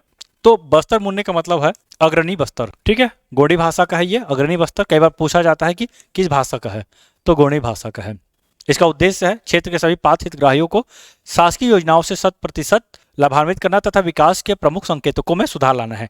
अभी हाल ही में जो बस्तर संभाग है या फिर पूरे छत्तीसगढ़ की हम बात करते हैं तो नक्सल मुक्त घोषित हो चुका है। पूरे भारत की हम बात करें तो पूरा भारत भी नक्सल मुक्त घोषित हो चुका है। ठीक, तो कब हुआ है? तो 31 मार्च 2026। तो जितने भी सशस्त्र नक्सल है वो सब यहाँ से समाप्त हो चुके हैं, पूरे भारत से समाप्त हो चुके हैं। देखिए लाभान्वित क्षेत्र बस्तर संभाग है, दंतेवाड़ा, बीजापुर, सुकमा, कोंडागांव, नारायणपुर, बस्तर एवं कांकेर। तो पूरा 7 जिला लाभान्वित है। एक और अभियान को आप याद रखिएगा, नीर चेतना अभियान। ये इंपॉर्टेंट है इसलिए यहाँ पे रखा गया है नीर चेतना अभियान, जो कि बालोद जिला से संबंधित है। शुभारंभ तिथि 31 दिसंबर है। इसका योजना है नदी उद्देश्य है नदी की स्वच्छता, संरक्षण और जल स्रोतों को संवारना। बालोद जिले की जीवन रेखा तांदुला नदी को पुनर्जीवित करना इसका उद्देश्य है। ठीक है, इसको आप याद रखिएगा। तो 2 अभियान, बस्तर मुन्ने जो कि बहुत ही ज्यादा चर्चा में रहा है, अभी भी चर्चा में ही है, और नीर चेतना। चलिए अगला क्वेश्चन देखिए, छत्तीसगढ़ मंत्री परिषद द्वारा प्रस्तावित समान नागरिक संहिता समिति की अध्यक्ष कौन बने? बहुत इंपॉर्टेंट है। समान नागरिक संहिता, आप मुझे कमेंट में बताइएगा कि संविधान के किस अनुच्छेद में इसका जिक्र है। ठीक है, तो छत्तीसगढ़ सरकार के द्वारा भी समान नागरिक संहिता मतलब छत्तीसगढ़ में भी लागू किया जाना है, तो इसी के लिए समिति का गठन किया गया है और इसके अध्यक्ष है रंजना प्रकाश देसाई। रंजना प्रकाश देसाई की हम बात करते हैं तो सबसे पहले जो स्वतंत्र भारत में जो यूसीसी लागू हुआ है, समान नागरिक संहिता लागू हुआ है, वो उत्तराखंड में हुआ है। ठीक है, सबसे पहले नंबर पे उत्तराखंड पे हुआ है, फिर उसके बाद गुजरात में हुआ है। तो उत्तराखंड गुजरात में भी रंजना प्रकाश देसाई भी समिति के अध्यक्ष रही है। इसके बाद तीसरे नंबर पे हम देखते हैं असम में लागू हो गया है। अब शायद पश्चिम बंगाल यहाँ भी लागू हो जाएगा, क्योंकि अभी कुछ दिन पहले न्यूज में मैं देखा कि विधानसभा में बिल को लाया जा चुका है। ठीक है, तो पास भी हो गया होगा मुझे लगता है। तो चौथे नंबर पे हो सकता है बंगाल। छत्तीसगढ़ भी शामिल है। छत्तीसगढ़ में भी समिति का गठन कर दिया गया है जिसके अध्यक्ष रंजना प्रकाश देसाई है, मैंने आपको बताया। इसके साथ ही साथ मध्य प्रदेश और ऐसे बहुत सारे राज्य है जहां धीरे धीरे समान नागरिक संहिता लागू हो जाएगा। गोवा की बात करते हैं तो गोवा स्वतंत्र भारत से पहले ही वहां पे मतलब समान नागरिक संहिता लागू है, ठीक। लेकिन गोवा की हम बात करें तो गोवा में जो समान नागरिक संहिता है और इधर जो हम समान नागरिक संहिता देखते हैं थोड़ा सा डिफरेंस है और ज्यादा विस्तृत है ये, ठीक है, और ज्यादा मतलब परिष्कृत रूप से समान नागरिक संहिता राज्य सरकार के द्वारा लागू किया जा रहा है। तो याद रखिएगा छत्तीसगढ़ में भी लाया जा रहा है समान नागरिक संहिता। रंजना प्रकाश देसाई समिति की अध्यक्ष है। देखिए 25 जून 2026 का न्यूज है ये। अध्यक्ष रंजना प्रकाश देसाई, ठीक। इसके अलावा कुछ सदस्य, 4 सदस्य, 1+4, ठीक है, एक अध्यक्ष 4 सदस्य। सदस्य की हम बात करते हैं तो शत्रुघ्न सिंह है, एम.के. राउत, मोहन पवार, श्रीमती ज्योति रानी सिंह, तो 4 सदस्य इसमें शामिल। देखिए समिति द्वारा संपादित किए जाने वाले कार्य की यदि हम बात करते हैं तो क्या कार्य है, तो मुख्य रूप से वही है कि जो समान नागरिक संहिता का जो उद्देश्य है उन उद्देश्यों को पूरी करने के लिए जो जो कार्य किए जा सकते हैं वो सारा का सारा इसमें शामिल किया गया है, ठीक है। जैसे कि विवाह, तलाक, भरण पोषण, उत्तराधिकार, दत्तक ग्रहण संबंध विषयों पर समान नागरिक संहिता के लिए सुझाव देना। राज्य में, छत्तीसगढ़ राज्य में समान नागरिक संहिता लागू करने के संबंध में वर्तमान विधिक स्थिति का अध्ययन करना। इसके साथ नागरिक सामाजिक संगठनों, विधि विशेषज्ञों एवं अन्य हित धारकों से सुझाव प्राप्त करना। तो इस तरह से बहुत सारा कार्य है जो समिति के द्वारा किया जाना है। अब बहुत जल्द देखने को मिल जाएगा छत्तीसगढ़ में समान नागरिक संहिता। अब ये देखना कि छत्तीसगढ़ राज्य कौन से क्रम का राज्य है जो समान नागरिक संहिता लागू करने जा रहा है, मतलब किस क्रम का होगा। देखिए अगला क्वेश्चन देखिए, छत्तीसगढ़ का प्रथम गौ अभ्यारण्य कहाँ स्थापित किया गया है, ठीक है। तो जिस समय गौधाम योजना का शुभारंभ किया गया, कुल 29 गौधाम का शुभारंभ किया गया, उस समय छत्तीसगढ़ को अपना पहला गौ अभ्यारण्य मिला है। तो ये छत्तीसगढ़ का पहला गौ अभ्यारण्य ये कहाँ स्थित है ये आपको बताना है। देखिए इसका सही उत्तर हो जाएगा option number C, Jogipur, Kota विकासखंड, बिलासपुर। देखिए छत्तीसगढ़ का प्रथम गौ अभ्यारण्य, तो छत्तीसगढ़ का प्रथम गौ अभ्यारण्य जोगीपुर, कोटा विकासखंड में है। इसका कुल क्षेत्रफल 184 एकड़ है। बजट इसके लिए लाया गया है 1,32,00,000 रुपए का। यहाँ एक साथ लगभग 2500 गौवंश को संरक्षण और देखभाल की व्यवस्था की जा सकेगी, ठीक। तो छत्तीसगढ़ का प्रथम गौ अभ्यारण्य। इस प्रकार छत्तीसगढ़ का पहला रामसर स्थल, इसको भी आप याद रखिएगा, छत्तीसगढ़ का पहला रामसर स्थल है। लेकिन राष्ट्रीय स्तर की हम बात करते हैं तो राष्ट्रीय स्तर पर यह 96वां क्रम का है। छत्तीसगढ़ का पहला राष्ट्रीय स्तर का 96वां क्रम का। अभी वर्तमान में यदि हम बात करते हैं रामसर स्थल का तो ये 100 का आंकड़ा पार कर चुका, मतलब 100 तक पहुंच चुका है, ठीक है। आंकड़ा तो पार नहीं किया मेरे ख्याल से, तो 100 रामसर स्थल पूरे देश भर में है और छत्तीसगढ़ में एक है। कौन है ये छत्तीसगढ़ का पहला रामसर स्थल, क्या आप मुझे कमेंट में बताएंगे। चलिए अगला क्वेश्चन देखिए, नुआबाट कार्यक्रम का संबंध है। नुआबाट कार्यक्रम इंपॉर्टेंट कार्यक्रम है। ये कार्यक्रम आत्मसमर्पित नक्सलियों को रोजगार देने के लिए लाया गया है, ठीक है। देखिए उपरोक्त सभी, ऐसा अगर क्वेश्चन आता है तो आप कई बार क्या होता है उपरोक्त सभी पहले माइंड में आता है कि उपरोक्त सभी इसका उत्तर होगा, ठीक है। यहाँ पे जो क्वेश्चन लाया गया है और यहाँ पे उपरोक्त सभी जो रखा हूं मैं इसलिए रखा हूं ताकि आप भ्रमित हो जाए, ठीक है। संभावना बना रहता है भ्रमित होने का, लेकिन ध्यान रखिएगा ये नुआबाट कार्यक्रम ये आत्मसमर्पित नक्सलियों को रोजगार देने के लिए लाया गया है, ठीक है। चूंकि छत्तीसगढ़ सरकार का जो नीति है उस नीति के तहत जितने भी आत्मसमर्पित नक्सली हैं उन सभी को पुनर्स्थापित किया जाएगा, उसको रोजगार दिया जाएगा, आवास दिया जाएगा, भूमि दिया जाएगा, ठीक है, प्रोत्साहन राशि दिया जाएगा। इस तरह से बहुत सारी चीजें हैं जो हम नीति में देख रहे हैं, आत्मसमर्पण नीति में, ठीक है। तो इसी के तहत स्वरोजगार के लिए नुआबाट कार्यक्रम छत्तीसगढ़ सरकार द्वारा चलाया जा रहा है। चलिए अगला क्वेश्चन देखिए, छत्तीसगढ़ राजभाषा आयोग के नए अध्यक्ष कौन बने हैं। राजभाषा आयोग के अध्यक्ष, तो इसका सही उत्तर हो जाएगा ऑप्शन नंबर सी, प्रभात मिश्रा, ठीक है। क्रम की बात करते हैं तो ये चौथे क्रम के हैं। देखिए छत्तीसगढ़ राजभाषा आयोग के अध्यक्ष प्रभात मिश्रा चौथे क्रम के हैं। प्रथम क्रम की बात करते हैं तो सबसे पहले 2008 से 2011 कार्यकाल के लिए पंडित श्यामलाल चतुर्वेदी जी रहे हैं। फिर द्वितीय क्रम पे दानेश्वर शर्मा 2011 से 13 के लिए, और तृतीय क्रम पर विनय कुमार पाठक जी रहे हैं 2016 से 2018, और 2018 के बाद पद खाली था 2026 में हम देख रहे हैं, ठीक है। तो 2026 में प्रभात मिश्रा को देख रहे हैं, ठीक। 2026 से कंटिन्यू है। अगला क्वेश्चन, कोरिया जिले का 5% मॉडल किससे संबंधित है। 5% मॉडल, ठीक है, इंपॉर्टेंट है। क्यों? क्योंकि कोरिया जिले का जो 5% मॉडल है इसको केंद्र सरकार के द्वारा बहुत ही सराहा गया है और केंद्र सरकार का द्वारा भी मतलब उनकी मंशा है कि इस मॉडल को हम और विभिन्न क्षेत्रों में लागू करें देश भर। तो ये जो है जल संरक्षण से संबंधित है। देखिए आवा पानी झोंकी अभियान, इस अभियान को याद रखिएगा, के अंतर्गत शुरू की गई यह अभियान अभिनव पहल जल संरक्षण पर आधारित है। इस मॉडल के तहत खेत या बाड़ी की कुल भूमि के 5% भाग में सीढ़ीनुमा संरचना वाले सोख्ता गड्ढा तैयार किया जाता है। वर्षा जल को संरक्षित कर भूजल पुनर्भरण किया जाता है। इससे न केवल भूजल स्तर में सुधार होता है बल्कि कृषि उत्पादकता में भी वृद्धि होती है। ठीक है, तो इंपॉर्टेंट है ये जिला, याद रखिएगा कोरिया जिला। चलिए एक और क्वेश्चन इसी तरह का कॉन्सेप्ट है, ये भी बहुत इंपॉर्टेंट कॉन्सेप्ट है जो राष्ट्रीय स्तर पे सराहा जा रहा है। बाला कॉन्सेप्ट का पूर्ण रूप है, चलिए बताने की कोशिश की। देखिए इसका सही उत्तर हो जाएगा बिल्डिंग एज लर्निंग एड, मतलब जो आंगनबाड़ी है उस आंगनबाड़ी को के दीवार जो है उस दीवार में विभिन्न प्रकार के चित्रात्मक मतलब चित्रों को बनाया जाएगा ताकि बच्चे उससे देखे सीखे समझे। ठीक है, इसलिए इसको बोला गया है बिल्डिंग एज लर्निंग एड, मतलब बिल्डिंग ऐसा जिसको देखकर ही सीखा जा सकता है। अब उसमें क्या क्या हो सकता है, 1 2 ABCD क ख ग या विभिन्न प्रकार के पशुओं पक्षियों का भी चित्र हो सकता है ताकि बच्चे उसको देखे और कुछ सीखे। ठीक है, तो ये जो बाला मॉडल है ये धमतरी जिला में मुख्य रूप से देखा जा रहा है, मतलब वहां पे अपनाया गया है और इसका फुल फॉर्म देखिए बिल्डिंग एज लर्निंग एड है। छत्तीसगढ़ शासन के पंचायत एवं ग्रामीण विकास विभाग द्वारा इसे संचालित किया जा रहा है।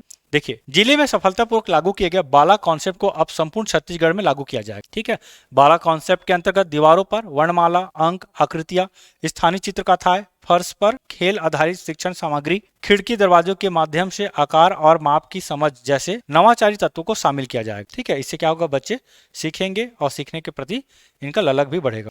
चलिए अगला क्वेश्चन, किस विधेयक के तहत स्टेट कैपिटल रीजन में राजनांदगांव को शामिल किया गया है? देखिए स्टेट कैपिटल रीजन की हम बात करते हैं तो राजनांदगांव जिले को शामिल नहीं किया गया था, लेकिन अब राजनांदगांव जिले को भी शामिल कर दिया गया है।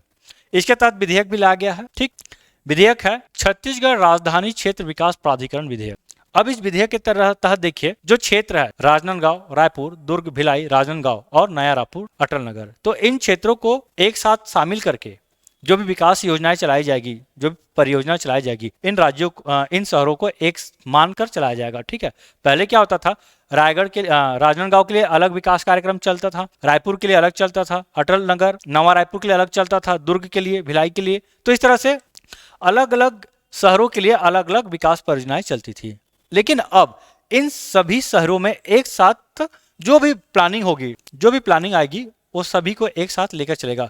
इसके पीछे के जो मुख्य कारण है, जो बढ़ती जनसंख्या है, जनसंख्या जो दबाव हम इन क्षेत्रों में देख रहे हैं, तो उस दबाव को कम करने के लिए, चाहे जनसंख्या दबाव हो, ट्रैफिक हो, इन सब चीजों को सुव्यवस्थित बनाने के लिए ये स्टेट कैपिटल रीजन लाया गया है। ये स्टेट कैपिटल रीजन NCR के तर्ज पर है, राष्ट्रीय राजधानी क्षेत्र के तर्ज पर है। ठीक, देखिए जो ये प्राधिकरण है इसका जो अध्यक्ष होंगे मुख्यमंत्री होंगे। इसका उद्देश्य रायपुर, दुर्ग, भिलाई और नया रायपुर, अटल नगर में तेजी से बढ़ती आबादी, ठीक है, सिर्फ इतना ही नहीं, इन सभी को आप शामिल कीजिएगा, तो इन शहरों में तेजी से बढ़ती आबादी और शहरीकरण को देखते हुए क्षेत्र के सुव्यवस्थित और योजनाबद्ध विकास को बढ़ावा। चलिए अगला क्वेश्चन देखिए, वर्ष 2026 में बुधरी ताती को किस क्षेत्र में पद्मश्री पुरस्कार से सम्मानित किया गया? ठीक है, तो आप 2024, 2025 और 2026, तो ये तीनों वर्ष में किन्हें पद्मश्री से सम्मानित किया गया है, आप इसे याद रखिएगा। हालांकि 2026 की बात करें तो देखिए, तो 2026 में बुधरी ताती को समाज सेवा के क्षेत्र में पद्मश्री से सम्मानित किया गया। इसके साथ ही साथ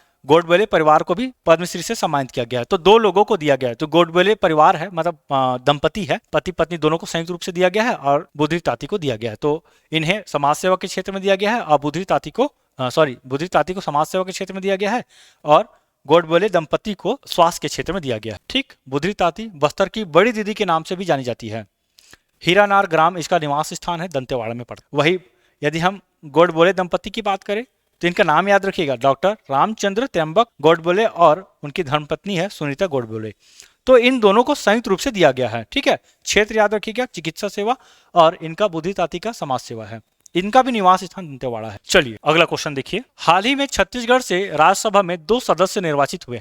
ठीक है, राज्यसभा, तो छत्तीसगढ़ से यदि हम राज्यसभा सदस्य की बात करते हैं तो कुल 5 राज्यसभा सदस्य, जिसमें से 2 राज्यसभा सदस्य अभी हाल ही में निर्वाचित हुए हैं, उन्हें चुना गया है। तो कौन है? ठीक, देखिए राजू शुक्ला, देवेंद्र प्रताप सिंह, लक्ष्मी वर्मा, फूलोदेवी नेताम और रंजीत रंजन, ये 5 राज्यसभा सदस्य है। लेकिन हाल ही में इनका जो चुनाव हुआ है वो लक्ष्मी वर्मा और फूलोदेवी नेताम है, यानी कि 3 और 4, ऑप्शन सी का सही उत्तर हो। ठीक है, इससे पहले यदि हम बात करें तो देखिएगा KTS तुलसी, ठीक, KTS तुलसी और फूलोदेवी नेताम थे, ये दोनों के दोनों कांग्रेस से थे। लेकिन हाल ही में जो चुनाव हुआ इसमें फूलोदेवी नेताम को फिर से चुना गया है, और KTS तुलसी की जगह लक्ष्मी वर्मा को चुना गया है। तो लक्ष्मी वर्मा ये भाजपा से है और फूलोदेवी नेताम ये कांग्रेस से है, तो पार्टी को भी ध्यान में रख लीजिएगा।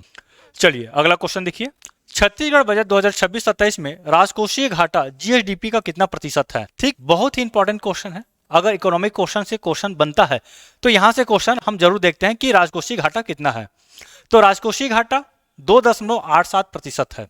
चलिए अगला क्वेश्चन देखिए। छत्तीसगढ़ विधानसभा में फरवरी 2026 में पेश किए गए आर्थिक सर्वेक्षण रिपोर्ट के अनुसार सन 2025-26 वित्तीय वर्ष 2025-26 में प्रति व्यक्ति आय स्थिर मूल्य पर है। देखिए प्रति व्यक्ति आय को हम 3 रूप में देखते हैं, ठीक। यदि हम स्थिर मूल्य की बात करें तो इसके अनुसार, ठीक है, तो 1.15325 लाख रुपए है। इसका मतलब यह है कि 1,15,325,000, ठीक, स्थिर मूल्य पे। देखिए वही हम प्रचलित मूल्य पे बात करते हैं तो प्रचलित मूल्य पे 2 भागों में हम देखते हैं, एक सकल राज्य घरेलू उत्पाद, एक निवल राज्य घरेलू उत्पाद। तो ज्यादातर ये भी देखने को मिलता है हमें एग्जाम में, जो ऑप्शन दिखता है सीधा सीधा पूछ दिया जाता है कि प्रचलित भाव पर कितना है। तो प्रचलित भाव पे हमको ये देखना कि निवल राज्य घरेलू उत्पाद क्या है। तो निवल राज्य घरेलू उत्पाद की हम बात करते हैं तो 1,79,244 रुपए है। वही सकल राज्य घरेलू उत्पाद के हिसाब से बात करते हैं तो 2,03,196 रुपए है। और वही स्थिर भाव पे हम बात करें तो 1,15,325, ठीक। तो ये प्रति व्यक्ति आय है, चाहे वो छत्तीसगढ़ का प्रति व्यक्ति आय हो या राष्ट्रीय प्रति व्यक्ति आय हो, दोनों से क्वेश्चन एग्जाम में पूछा जाता है। वृद्धि प्रतिशत अभी तक तो खैर देखने को शायद नहीं मिला मुझे, लेकिन ये आप जरूर याद रखिएगा। चलिए आज का आखिरी क्वेश्चन है ये, देखिए 2025-26 में सकल घरेलू उत्पाद का निम्न प्रतिशत वितरण स्थिर भाव पर सुमेलित कीजिए। तो प्रतिशत वितरण है, हमको सुमेलित करना है, ठीक है। चलिए बनाने की कोशिश कीजिए इसका उत्तर भी। तो देखिए यदि हम प्रतिशत वितरण की बात करते हैं स्थिर भाव पे तो फसल का सर्वाधिक है, ठीक। यदि हम कृषि क्षेत्र की बात करते हैं तो कृषि क्षेत्र में फसल का सर्वाधिक है यहाँ पे, तो 10.20 है, ठीक। उसके बाद यदि हम बात करें पशुपालन तो पशुपालन सबसे कम हमें देखने को मिलता है। वन का वृद्धि बहुत कम होता है, ध्यान रखिएगा, लेकिन वितरण में थोड़ा ज्यादा है। तो पशुपालन में हो जाएगा 1.94। वन उद्योग की हम बात करें तो 2.91 और मछली उद्योग की हम बात करते हैं तो 2.76 है। तो इस तरह से इसका सही उत्तर हो जाएगा 44213, ठीक है। ऑप्शन नंबर बी इसका सही उत्तर हो जाएगा। देखिए ये कुछ चार्ट है, इसे आप याद रख लीजिएगा। छत्तीसगढ़ का सकल राज्य घरेलू उत्पाद में क्षेत्रवार प्रतिशत वितरण स्थिर भाव, ठीक है। तो इस प्रतिशत वितरण और दूसरा होगा वृद्धि दर, तो दोनों एग्जाम में पूछा जाता है। देखिए स्थिर भाव में ज्यादातर पूछा जाता है, तो यदि हम प्रतिशत वितरण की बात करते हैं तो फसल मैंने अभी आपको बताया 10.20% है। पशुपालन में 1.94% न्यूनतम है ये कृषि क्षेत्र में या प्राथमिक क्षेत्र की हम बात करें तब भी। वन उद्योग की हम बात करें तो 2.91 है। मछली उद्योग की हम बात करें तो 2.76% है। और खनन की बात करें तो खनन 10.47 है। देखिएगा प्राथमिक क्षेत्र में चूंकि खनन उत्खनन को शामिल किया जाता है, लेकिन यदि हम कृषि की बात करते हैं तो कृषि उद्योग सेवा, तो हमारे यहाँ जनरली कृषि उद्योग सेवा 3 क्षेत्रों में विभाजित किया गया है, तो कृषि में खनन को शामिल नहीं किया गया है। लेकिन जब हम प्राथमिक क्षेत्र की बात करें तो ऐसे में कृषि खनन को भी शामिल किया जाए, ठीक। तो इस चीज को आप ध्यान रखिएगा, प्राथमिक क्षेत्र का क्या योगदान है। वैसे द्वितीय क्षेत्र की हम बात करें तो विनिर्माण 18.86% है, विद्युत गैस जल आपूर्ति 12.19%, निर्माण 7.77% है। वही हम तृतीय क्षेत्र की हम बात करें तो तृतीय क्षेत्र में व्यापार होटल एवं जलपान गृह 6.05 है। तो इसमें आप उतना ज्यादा ध्यान मत रखिएगा, ज्यादातर आपको जो पढ़ना है वो प्राथमिक क्षेत्र और द्वितीय क्षेत्र से है। और ज्यादातर प्राथमिक क्षेत्र में फसल, पशुपालन, वन उद्योग, मछली उद्योग, ये 4 से क्वेश्चन पूछा जाता है। ऐसी यदि हम बात करें प्रतिशत वृद्धि की तो देखिएगा फसल का प्रतिशत वृद्धि है 7.01, पशुपालन का 13.11, वन उद्योग का 3.48, मछली उद्योग का 9.98, ठीक है। तो कृषि क्षेत्र में यदि हम बात करें तो ये सबसे ज्यादा हम देख रहे हैं पशुपालन का, ठीक है। तो कृषि क्षेत्र में इन चारों को शामिल किया गया है। और ऐसे ही यदि हम प्रतिशत वितरण की बात करते हैं तो फसल का सर्वाधिक है, लेकिन वही वृद्धि दर की हम बात करते हैं तो पशुपालन का सर्वाधिक है, ठीक है, कृषि क्षेत्र में। ऐसे आप इसमें भी याद कर लीजिए। विनिर्माण का देखिए 7.04% है, विद्युत गैस जलापूर्ति 4.27% और निर्माण है सर्वाधिक इसमें द्वितीय क्षेत्र या फिर उद्योग में 11.69%, ठीक। तो ये कुछ इंपॉर्टेंट आंकड़ा है, इसको आप याद रख लीजिएगा। तो ठीक है दोस्तों, पूरे का पूरा 50 क्वेश्चन यहाँ पे कंप्लीट होता है। मैं उम्मीद करता हूँ आपको वीडियो पसंद आया होगा। वीडियो पसंद आता है तो वीडियो को आप लाइक कर दीजिएगा। और हाँ, एक और पार्ट आना है इसका जो नेशनल इंटरनेशनल से संबंधित होगा, वहां भी मैं 50 क्वेश्चन लेकर आऊंगा, जो इसी क्रम में ही होगा, इसी तरह का होगा, जो आपके एग्जाम की दृष्टि से बहुत इंपॉर्टेंट होगा। और मेरा कोशिश यही रहेगा कि यहां से क्वेश्चन आपके एग्जाम में आ जाए, डायरेक्ट क्वेश्चन ना आए पर आपको इस योग्य बना दे कि क्वेश्चन आपसे बन जाए। तो दोस्तों आज की वीडियो यहीं तक था, फिर मिलते हैं नई वीडियो के साथ। धन्यवाद।